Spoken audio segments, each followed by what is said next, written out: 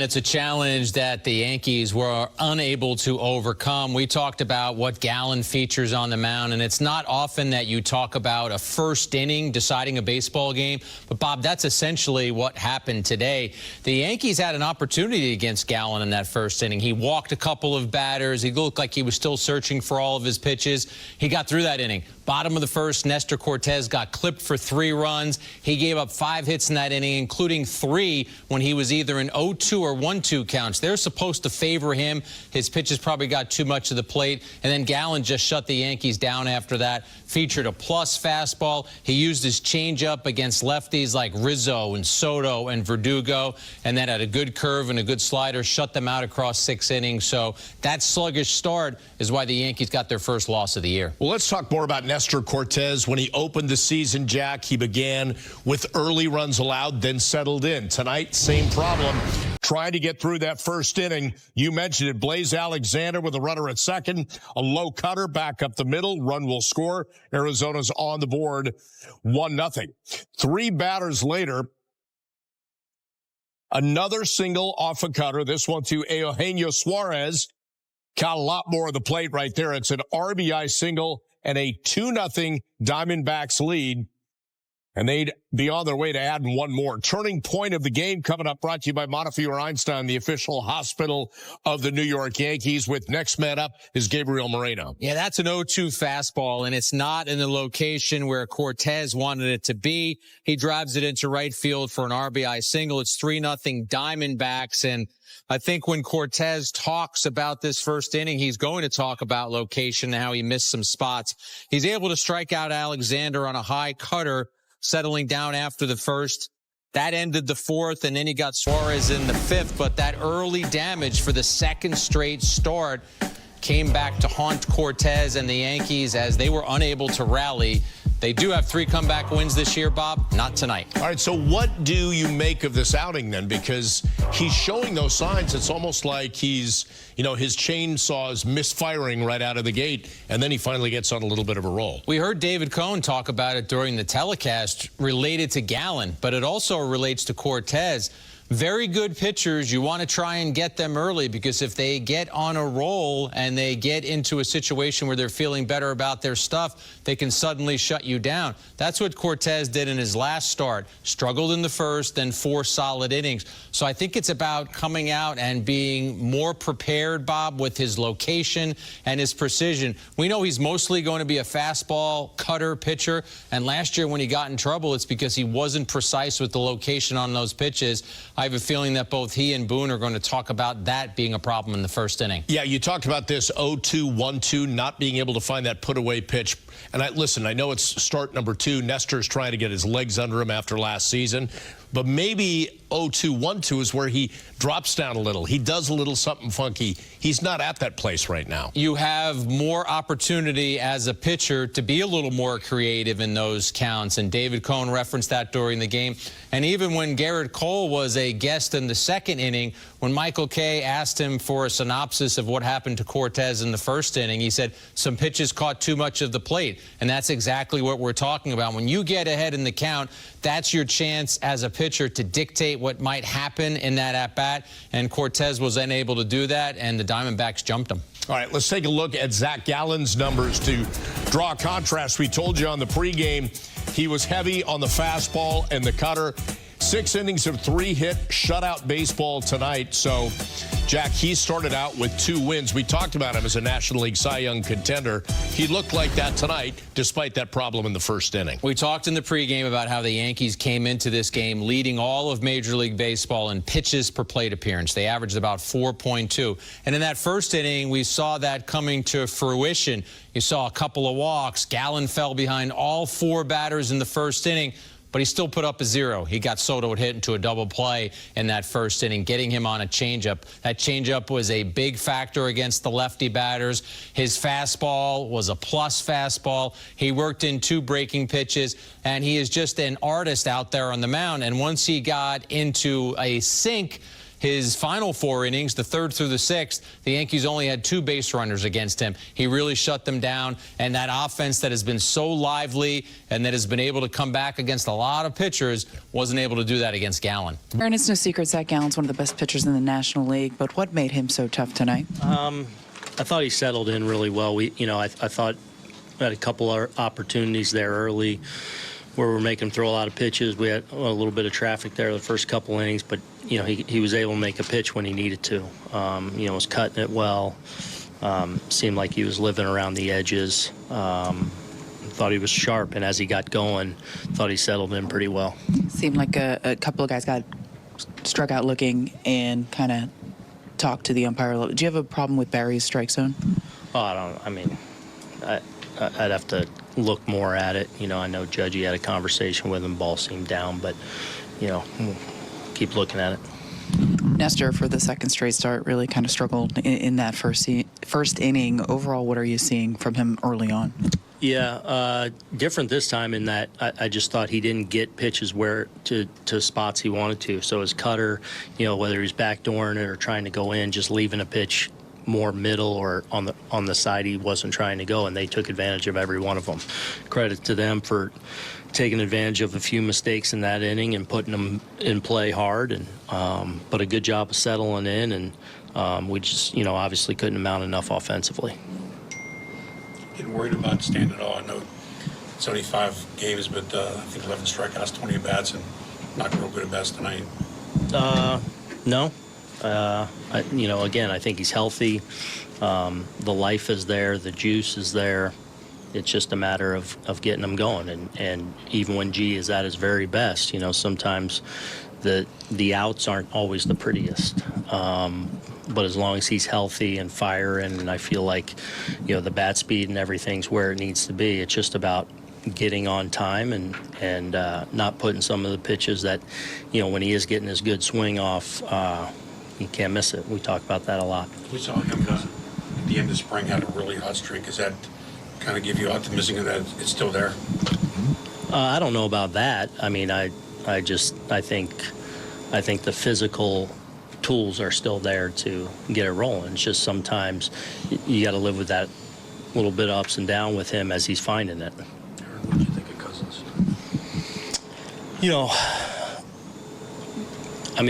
One pitch that got clobbered. Otherwise, he was actually pretty sharp. I had to leave him out there a lot longer than he should have been out there, which, clearly by the end was getting fatigued. And so I didn't love that, but I just didn't want to get another guy in the game if at all possible.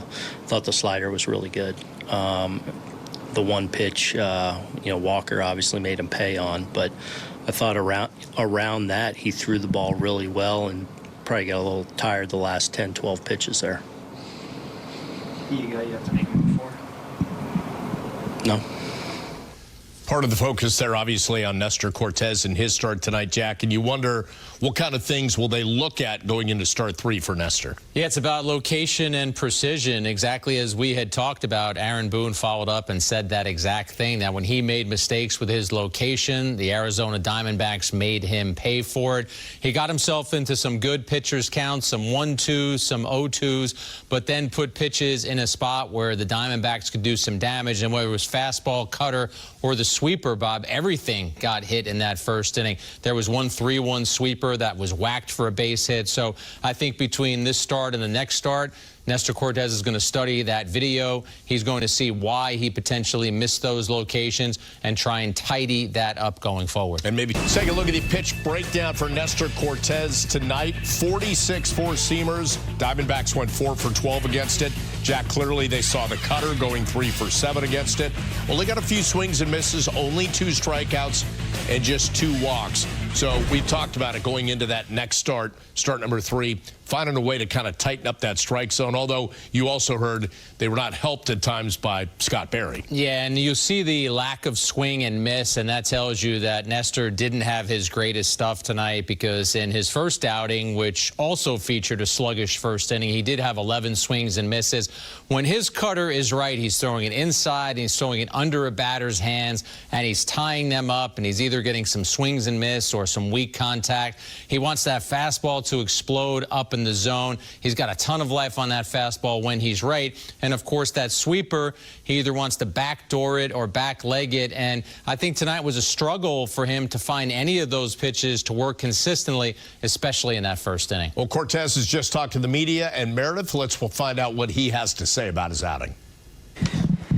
Nestor, some difficulties there in that first inning, and then you kind of settled in a little bit. Just from your perspective, what was going on in the first?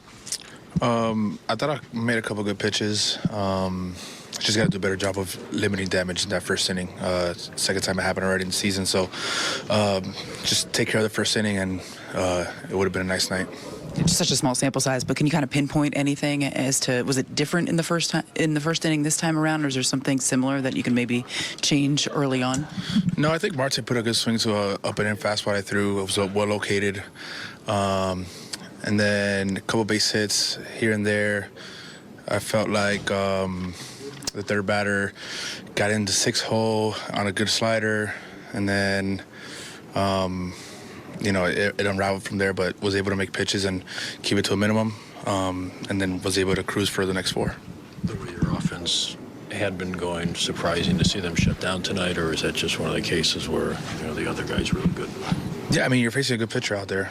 Zach Gallen's obviously a great pitcher. It's going to happen. We've been coming from behind a couple times this year already, and as for me, I can't put my team in a hole that early.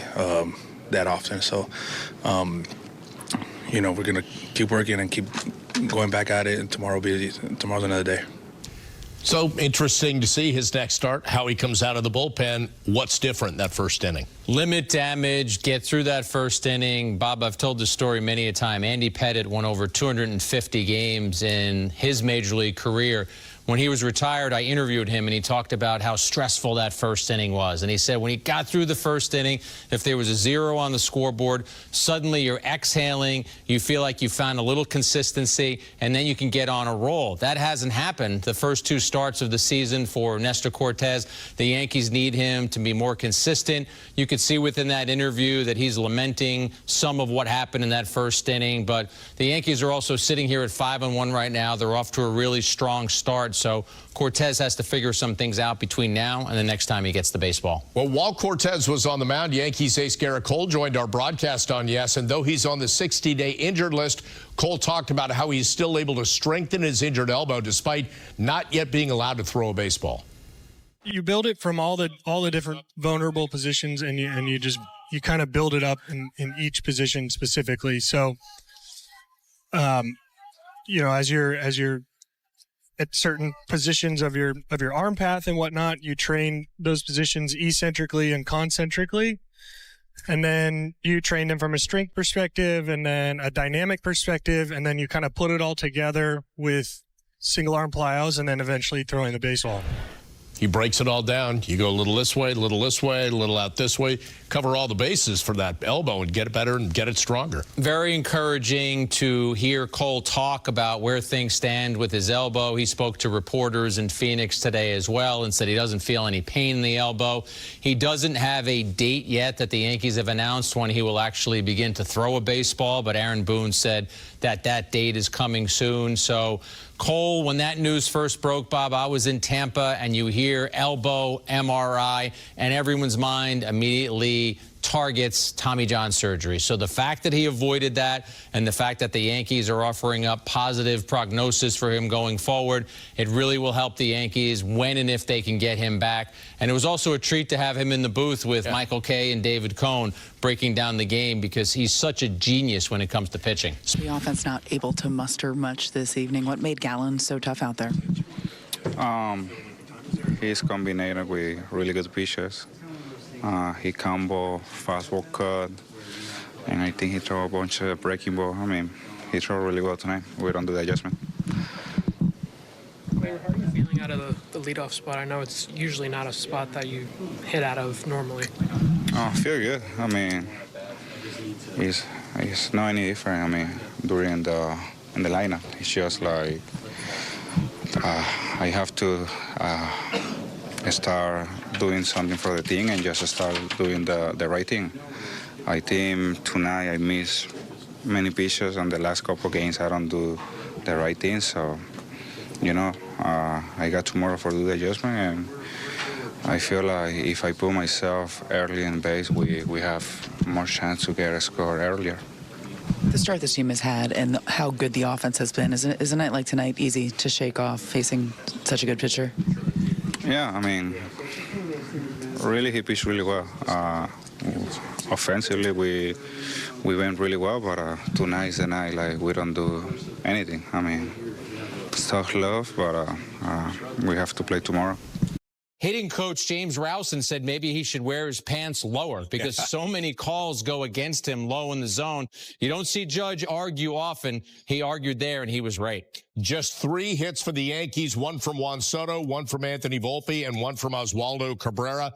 They had a total of just 6 base runners, and only 1 got as far as second base. Let's hear from Anthony Rizzo. Anthony obviously knows that Gallen's a very good pitcher, but how was he able to quiet the offense tonight? He's just in his spots, especially with 2 strikes. He wasn't really missing over the middle of the plate at all, and he had a good lane with that, with this fastball, curveball, and then the changeup off of that. So,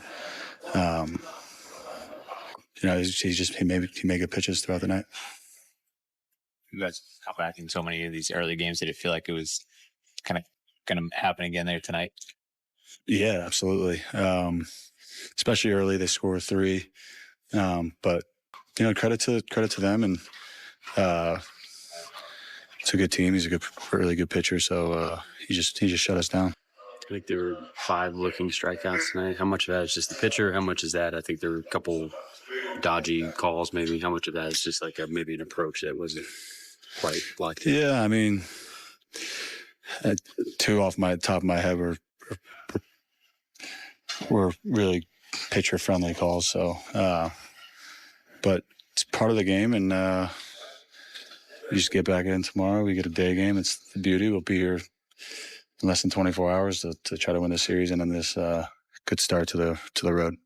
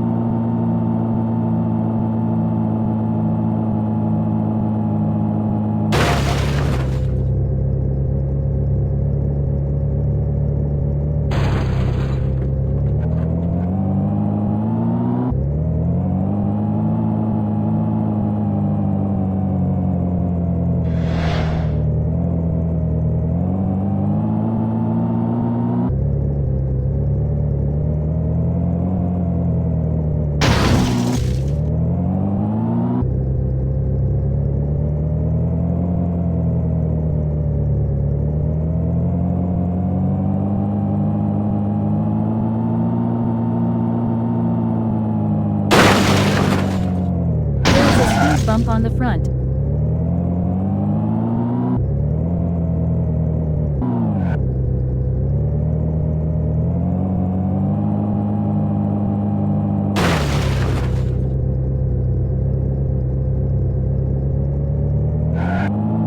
There is a speed bump on the front.